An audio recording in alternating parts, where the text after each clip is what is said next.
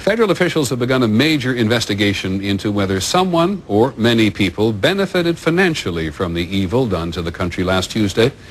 Not long before the attacks occurred, there were some financial transactions in the stock market that may indicate knowledge of the attack before it began.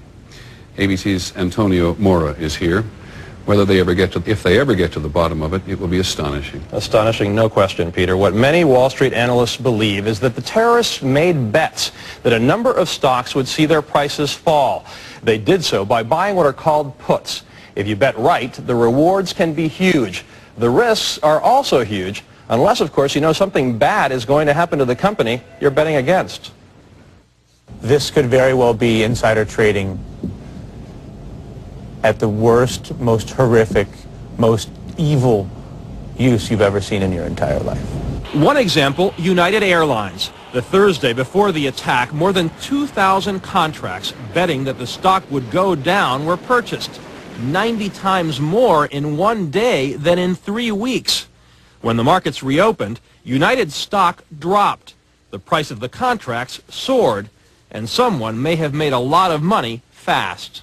$180,000 turns into $2.4 million when that plane hits the World Trade Center. It's almost the same story with American Airlines. That's a five-fold increase in the value of what was a $337,000 trade on Monday. All of a sudden becomes what? $1.8 million.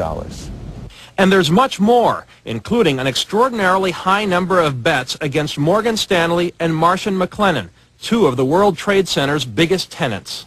Could this be a coincidence? This would be one of the most extraordinary coincidences in the history of mankind if it was a coincidence.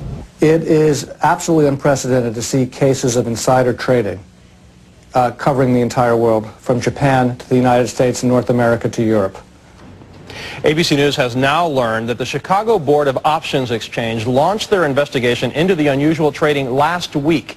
That may have given them enough time to stop anyone from profiting from death here in the U.S. It may also give investigators, Peter, a hot trail that might lead them to the terrorists. Thanks very much. As a reminder of the complications here, though, the Secretary of the Treasury said today of this investigation, you've got to go through 10 veils before you get to the real source. Yep. Thanks, Antonio.